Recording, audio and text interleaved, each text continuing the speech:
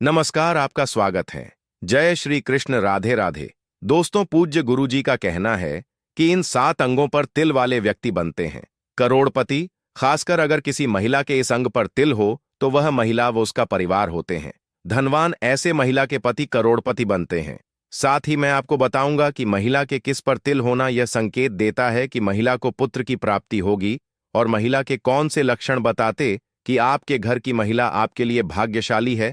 तो पूरी जानकारी के लिए इस वीडियो को अंत तक जरूर देखिएगा। दोस्तों, सच्ची श्रद्धा से कमेंट्स में जरूर लिखें जय मां लक्ष्मी। दोस्तों, गुरुजी कहते हैं कि हर व्यक्ति के शरीर के किसी न किसी अंग पर तिल जरूर होता है। यह हमारे शरीर पर जन्मजात भी हो सकता है। किसी के गालों पर होने के कारण यह चेहरे की खूबसूरती भी बढ़ाते हैं। लेकिन क्या आपने कभी सोचा है कि यह तिल आपका भाग्य और चरित्र भी बताते हैं? शरीर के अंगों पर तिल का ज्योतिष आधार पर कोई न कोई महत्व जरूर होता है। सामुद्रिक शास्त्र में आपकी शरीर की बनावट और शरीर में मौजूद निशानों को देखते हुए व्यक्ति के जीवन के बारे में कई बातें बताई जा सकती हैं।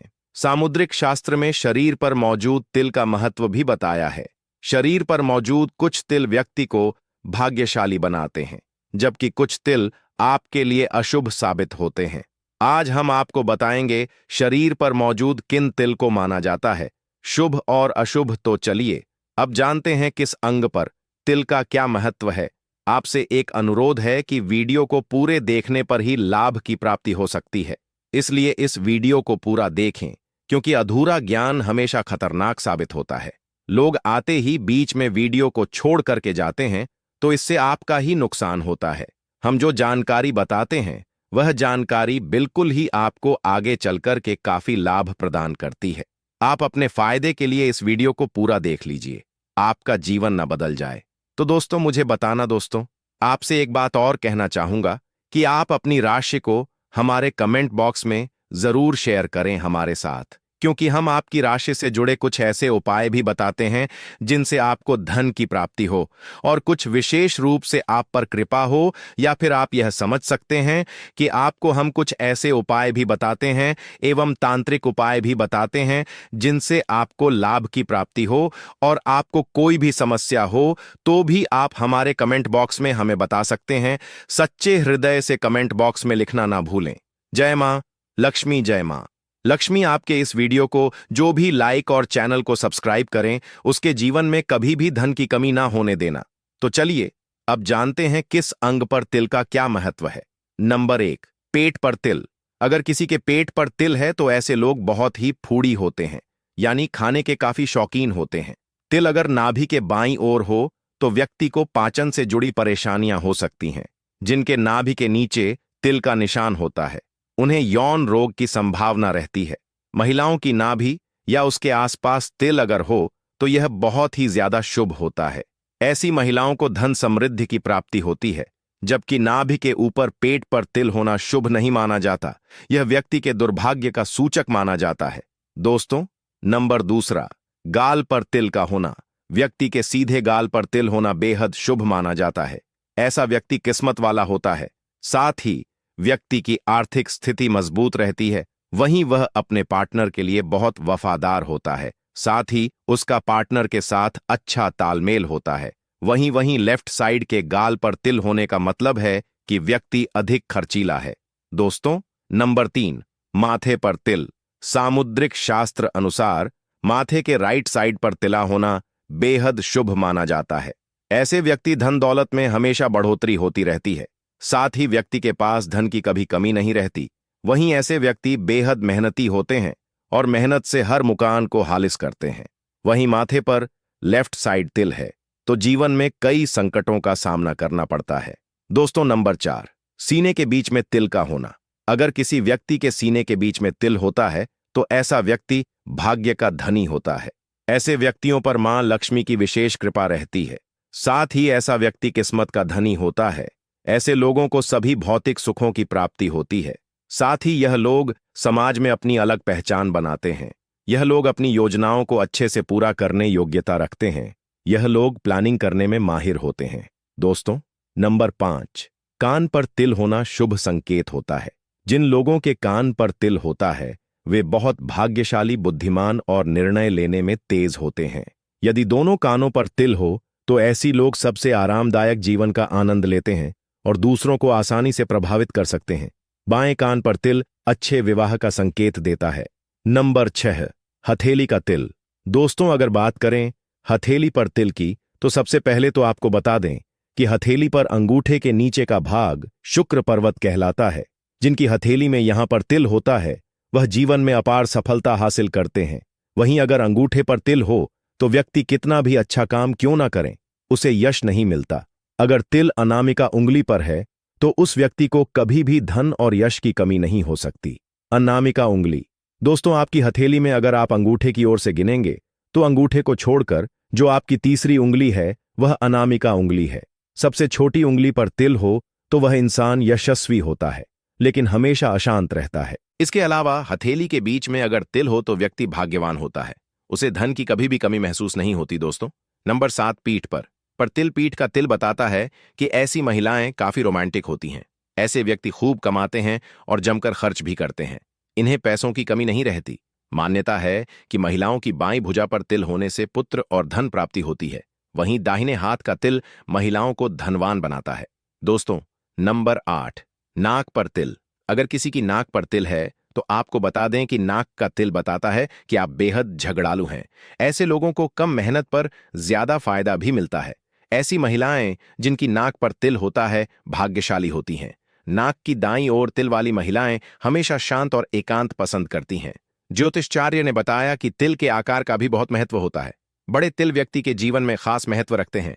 लंबे तिल सामान्य अच्छे परिणाम देते हैं। सिर पर दाईं ओर तिल हो तो व्यक्ति को ऐश्वर्य और सुख भाग्य की प्राप्ति होती है। ज्योतिष शास्त्र की माने तो किसी भी व्यक्ति के शरीर पर 12 से ज्यादा तिल होना अच्छा नहीं माना जाता है। शरीर पर तिलों को लेकर अलग अलग धारणाएं हैं। यह भी कहा जाता है कि शरीर के जिस हिस्से पर तिल होता है वह उसके पूर्व जन्म में लगी किसी चोट का होता है। आइए दोस्तों, अब हम महिलाओं के लक्षणों के बारे में जान लेते हैं कि घर की स्त्री पति और परिवार के लिए कैसी होती है। किन लक्षणों से पता कर सकते हैं कि आपके घर की महिला भाग्यशाली या दुर्भाग्यशाली। दोस्तों, गुरुजी कहते हैं कि हर किसी की ख्वाहिश होती है कि उसे ऐसी पत्नी मिले जिसमें एक अच्छी व सफल गणी की सारी खूबियां हो। वह पति, सास, ससुर, देवर और अन्य रिश्तेदारों के साथ सभी पक्षों को लेकर चले। हमराही के रूप में हर कदम साथ खड़ी नजर आए। सुख दुख में सहभागी बने। वह पति को अंदर से ताकत और संबल दे। घर में खुशियों का माहौल हो। कभी अनबन मौका आए तो भी पत्नी की एक मुस्कुराहट में सारे गम और झंझटें दूर हो जाएं। वह किस्मत पर 4 चांद लगा दे।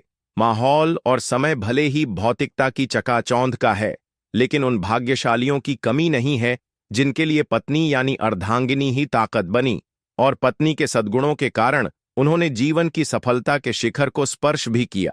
आइए आपको भी बताते हैं कि किन गुणों और लक्षणों वाली बालिकाएं अपने पार्टनर के लिए बेहद लकी होती हैं।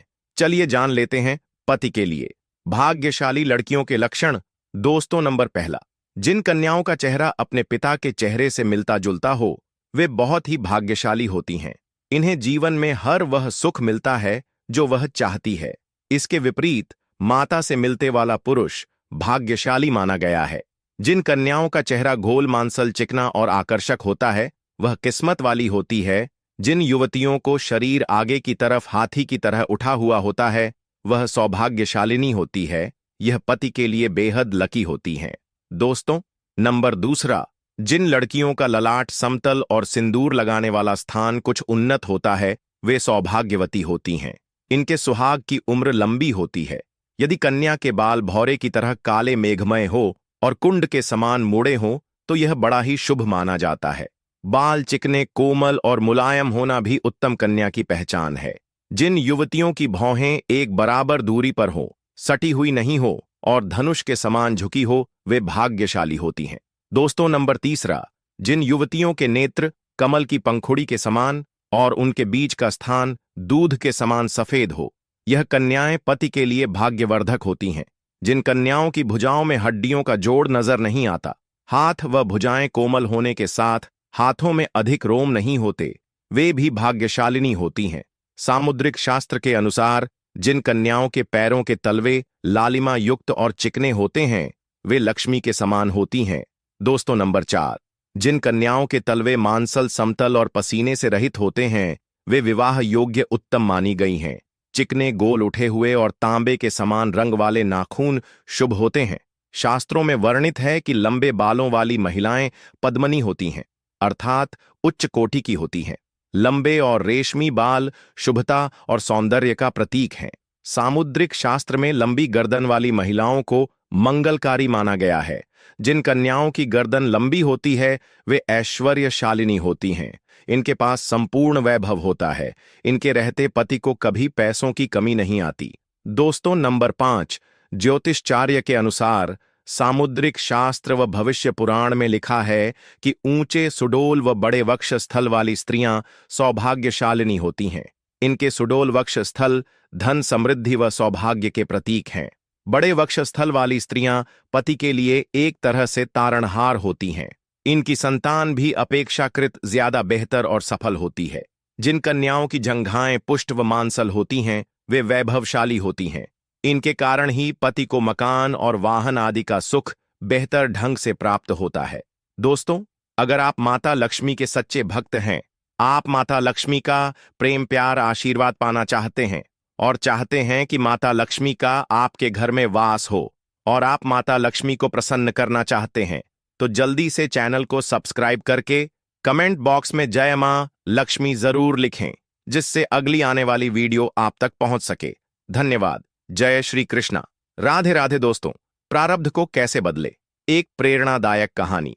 बहुत समय पहले की बात है। एक गांव में राजू नाम का एक गरीब किसान रहता था।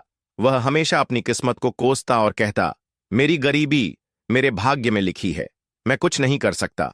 वह दिन रात यही सोचता कि उसकी मेहनत बेकार जाती है और उसकी किस्मत कभी नहीं बदल सकती। संत की सीख। एक दिन गांव में एक ज्ञानी संत आए। राजू उनके पास गया और अपनी परेशानी बताई।